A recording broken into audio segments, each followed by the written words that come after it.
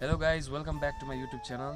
आजको भ्लगमा के छ भन्दाखेरि चाहिँ मेरो चेन स्प्रकेट छ, त्यो चेन्ज गर्नु आँटेको। तर चेन स्प्रकेटको सबै सेट होइन, अन्ली अगाडिको मात्रै फ्रन्ट स्प्रकेट जो चाहिँ 14 तिथको हुन्छ त्यो मात्रै चेन्ज गर्नु आँटेको है। अनि मैले त्यो चेन स्प्रकेट पनि कहाँबाट मगाएको भन्दाखेरि त्यो सबै म डिटेल्स बादमा दिनेछु। होपफुल्ली यो चेन्ज गरिसकेपछि चाहिँ अब बनिन्छ होला, अनि त्यो साउन्डहरू आउनु छोड्छ र अरू बाइकमा सबै ओके छ। यो चेन स्प्रकेटले गर्दा मात्रै प्रब्लम भइरहेको छ। र मसँग चाहिँ को छ भन्दाखेरि चाहिँ मेरो साथी, प्रिय मित्र रोहन साथी है। हामी बचपनदेखिको फ्रेन्ड छौँ हामी। अनि अब हामी दुईजना छौँ र जानेवाला छौँ र हेर्दै जानुहोस् होला। Stay tune. जाडो छ मौसम होइन, टाइम पास र साथी हो। नाउ हेडिङ टुवर्ड्स पोखरियाबुङ जू साथी।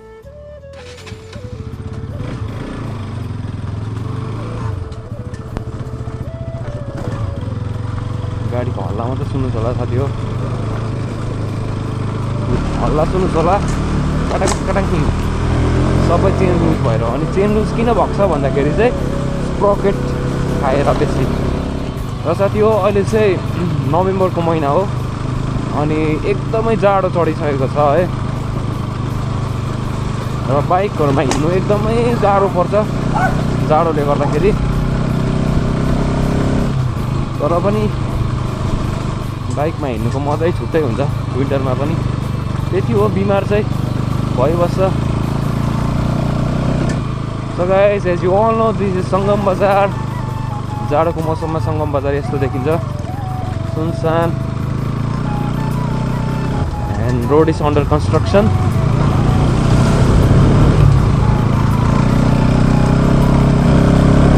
बाइकलाई जति नै मेन्टेन गरे पनि, जति नै राम्रो बनाउनु खोजे पनि यो बाटोहरूले नै यसलाई जैसे त्यही बनाइदिइहाल्छ। पहिला हामी कस्तो रेस खेल्थ्यो बाटोमा हो, राम्रो थियो बाटो। अहिले त भन्न अपोलो अल्फा H1 को टायर बोथ सेटै हालेर चाहिँ गोलाइमा एकदम ढल्काउनु सुविस्ता हुन्छ।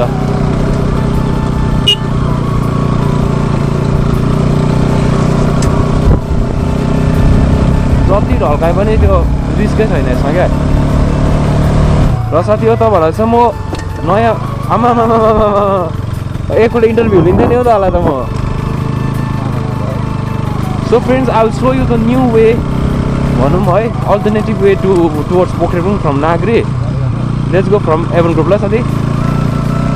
तपाईँले पेट्रोल हेर्नु सक्नु चाहिँ एकदमै कम्ती छ है। र पनि यसको आई ट्रस्ट हिज माइलेज, यसले हामीलाई लान्छ पोखरिङसम्म। एउटा कुदाउने तरिका पनि हो यसलाई हल्का। So guys, this is Avon Group factory.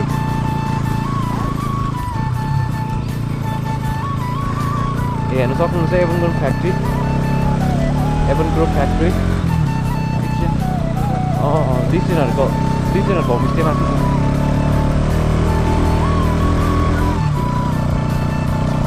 र दामी दामी होमस्टेहरू पनि छ साथी हो। यहाँनिर एकदमै प्रोग्रेस भइरहेको छ है। यहाँ सायद 3टा होमस्टेहरू छ। हाम्रो साथीको 2टा होमस्टे छ, लाटु र दिपसेनको है। अनि एउटा होमस्टे चाहिँ यहाँ कमनकै छ, इफ आइ एम नट रङ। यहाँ आइपुग्नु भने चाहिँ तपाईँहरू 2टा बाटो भेट्नुहुन्छ। यहाँबाट चाहिँ पिप्ले पुग्छ, अनि यहाँबाट चाहिँ स्टिल वे टु पोखरेबुङ।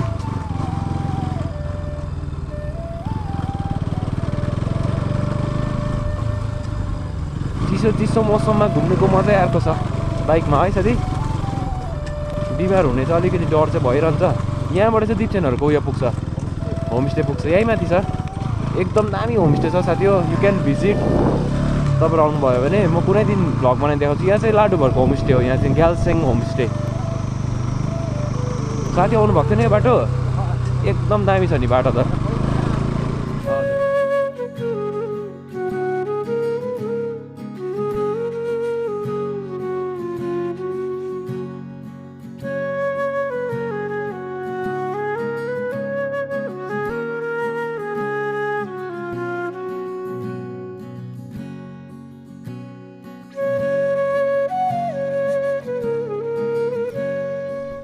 यो डाँडाको यो सिनेरीको मजा लिँदै म र मेरो साथी यहाँनिर इन्जोय गरिरहेको छौँ सिन। साथीलाई कस्तो लाग्यो यो सिन? राम्रै छ मिठो कहिले फर्स्ट टाइम आएको म यो बाटो होइन first time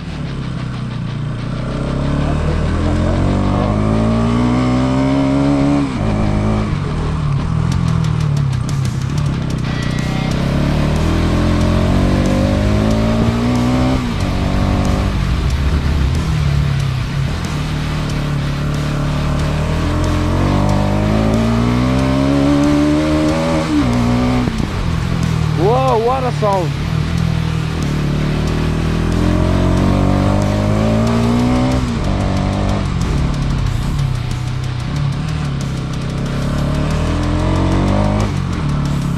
I respect all the bikes है तर 200 सेगमेन्टमा चाहिँ एकदमै सबैभन्दा बेस्ट साउन्ड चाहिँ यो बाइकमा छ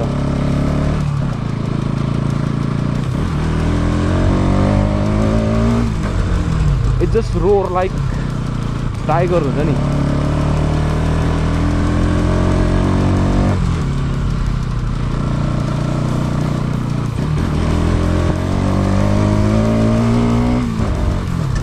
एन्ड अनदर थिङ है यसलाई यो बाइकलाई मात्रै होइन अरू बाइकलाई पनि क्लचलेस सिफ्ट गर्नु पनि सकिन्छ कसरी भन्दाखेरि डाउन सिट पनि हुन्छ पहिलो चाहिँ म क्लचको युजै गर्दिनँ सिकिराख्नुपर्छ है इमर्जेन्सीमा कोही बेला क्लच केवलहरू छुटिँदाखेरि डाउन सिफ्ट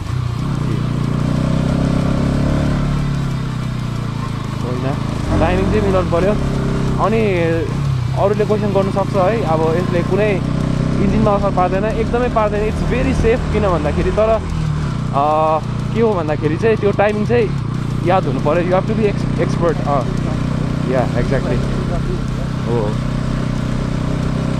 अब जस्तै एकपल्ट जब इन्जिनले त्यो एउटा भार उठाउँछ त्यहाँबाट मात्रै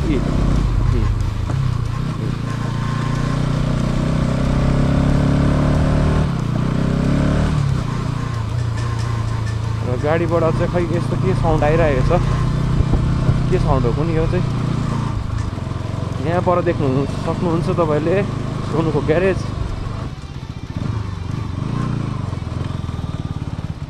खाना खानु गयो होला सोनुहरू त यस बिजन दा ठिक छ हुँदैछ काम यस यस बिजन दा यहीँसम्म आएको स्प्रकेट चेन्ज गर्नु थियो कि त्यो अगाडिको स्प्रकेट थियो कि एउटा चेन्ज गरेर छ यो अगाडिको मात्रै सो फ्रेन्ड्स यो चाहिँ मैले कहाँबाट लिएको भन्दाखेरि चाहिँ 14 तिथको बजाजको ओरिजिनल चाहिँ होइन किनभने बजाजले त्यो अगाडिको मात्रै फाल्टो बेच्दैन उसले सेटमै बेच्छ है बजाजले र मैले यो चाहिँ कहाँबाट पाएको भन्दाखेरि चाहिँ लेट मी सो यु म तपाईँहरूलाई लिङ्क प्रोभाइड गर्छु डिस्क्रिप्सनमा एन्ड कमेन्टमा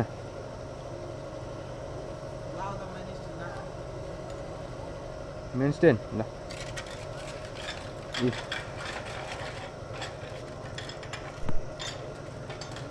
यहाँ हेर्नु सक्नुहुन्छ यो चाहिँ ड्राइभ चेन भन्ने ब्रान्डको हो Pulsar 220 डिटिएस I NS200 NS220 NS220 RS200 AS200 Pulsar 150 सबैमा लाग्छ है विथ 2 होल्स र पिक्चरमा जस्तो देखाएको छ त्यस्तै आइपुगेको छ यो चाहिँ अलिक डार्क देखाएको छ अनि प्राइस पऱ्यो मलाई ओन्ली 399 दो अलिकति महँगै होला किन भन्दाखेरि फाल्टो ग्यारेजमा यो सपोज पायो भने 350हरूतिर पाउँछ र पनि it's a good deal because फाल्टो मात्रै पाउँदैन नि त किनभने I'm okay with it so let's see यो फेरिसकेपछि मेरो बाइकको हालत कस्तो हुन्छ सो स्टे ट्युन ऊ भाइले फेरिदिन्छ मेरो चेन एकदमै ड्राई भएको छ है पुरा ड्राई छ यहाँ हेर्नु स्प्रकेटको हालत स्याहार एकदम छैन बाइकको सो यो चाहिँ बजाजको जेन्युइन पार्ट हो यो चाहिँ होइन तर पनि it is also not less drive चेनको हो राम्रो ब्रान्डको हो यो पनि this is my old sprocket कहाँ हाल्नु यो त है मैला न मैला तर होइन एच फ्यालिदिउँ है यार मरेर लानु के छ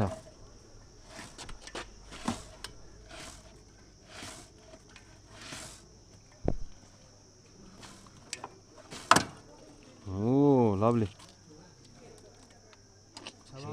टाइट गर्दैन न टाइट चटक्क बनाइदेऊ त हल्ला नगर्ने चेन गार्ड पनि हालत त्यस्तो भइसकेको छ कहाँबाट लिङ्क हुन्छ यो यस्तो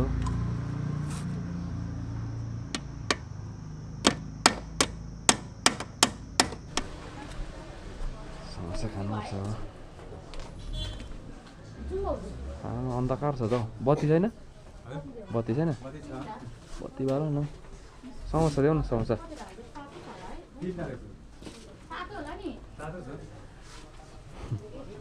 समोसा होइन चिया चिया खाने साथी